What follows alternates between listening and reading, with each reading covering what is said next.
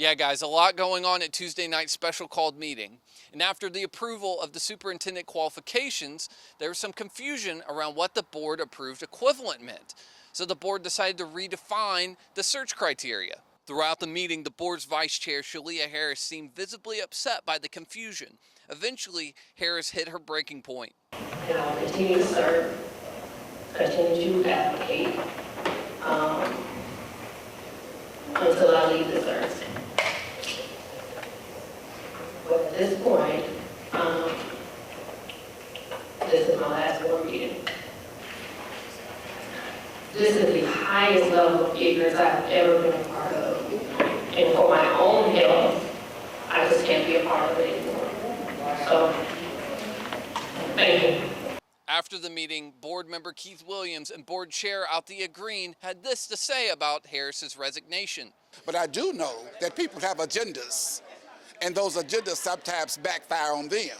So when you're in this arena, you have to be careful with what you say and what you do. And it's always any board member's choice to stay or to quit. And so I really don't have a comment. I was a little caught off guard, but if that is her desire, then we have to accept it and move forward. Board Chair Green says this will not affect the superintendent search. The board will send the updated criteria to the search firm. Once the company looks for new candidates, the board will meet with the firm in person and go from there. In Midtown, I'm Caleb Hilliard. And to be a part of that generation is humbling. To be a part of this change, this nucleus of change and a progressive agenda is humbling, and it's a blessing, frankly. And after the rally, students and community members taped and zip-tied signs to the fence outside of City Hall.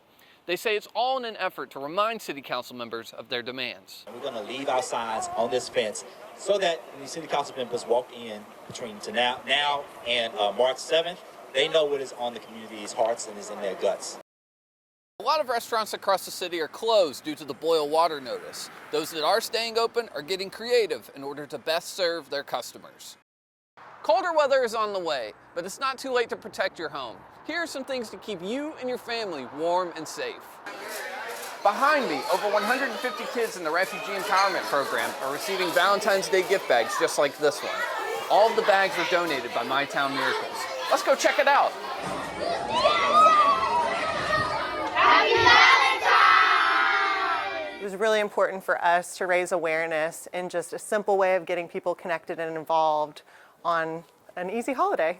More than 200 kids feeling loved and appreciated on this Valentine's Day, thanks to the generosity of My Town Miracles and more than 70 different donors. Everything inside the bags was picked out in tandem with 2 members of the REP Student Council.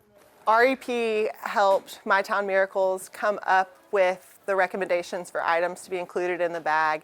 While it seems like just a fun, happy for Valentine's Day, these bags were curated very intentionally. The bags were filled with stuffed animals, coloring books, but also toothbrushes and deodorant.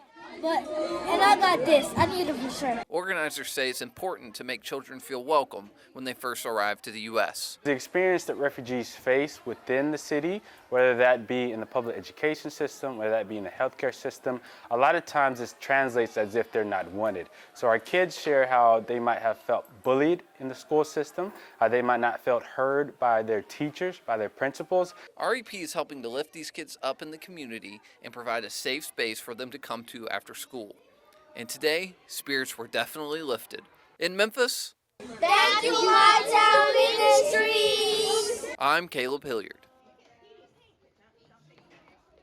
Even though his career in the Air Force didn't go to plan, Tyler Densford is staying positive and wants to be a beacon of hope for others. Densford knew he wanted to be a pilot from an early age. He got his pilot's license in high school and went to Delta State to further his academic career while flying. Well, I realized that civilian route would be pretty difficult, and always kind of wanted to join the military anyway, so I did join the United States Air Force, enlisted with them with hopes of eventually commissioning and flying. He enlisted in the Air Force in 2013 and was on his way to becoming a pilot in the military. But in 2016, his flying career was cut short during a combat training exercise. While I was working, we had a combat training exercise, June 11th, 2016. Was dropped from a helicopter 40 feet during a hoisting exercise, where I sustained a paralysis from my chest down. He was rushed to the hospital and stayed in the ICUs for 4 weeks. Then he was transferred to Atlanta, where he adapted to his new life using a wheelchair. During this time, Densford came to grips with his situation. And then post coming home from rehab, I had kind of learned that my injuries were going to be permanent. And I didn't know where else I was going to go. Didn't know why my life was spared. While recovering, Densford was introduced to the Semper Fi in America Fund, a nonprofit organization dedicated to providing lifetime support to combat and wounded veterans and their families. The organization provided him with an action track chair, which allows Densford to ride over terrains that aren't accessible with a normal wheelchair. Today he lives in Olive Branch with his service dog Abel and volunteers to help others in his position. He wants to use his experience to minister to others and hopes to give them a new outlook on life. I think it's so easy to hear or to say to somebody that it gets better. And I think from my experience looking back, I would tell someone that it does get better, and I'm a living proof of that. Life does get better, you have a purpose, and your life has meaning, and I survived that accident for a reason. In Olive Branch, I'm Caleb Hilliard. Whether it's an issue with money or the stigma around mental health, the Healing Hearts Foundation and Alliance Healthcare is hoping to change the narrative and make treatment more accessible in the Bluff City. After speaking with the mayor and the chief of police, we went into the neighborhood speaking to people who live here. Overall, the reaction was positive, but not everyone agrees with making this a priority for the police. The Nix brothers, leaving a physical legacy that will last forever. Outside the Stax Museum, I'm Caleb Hilliard.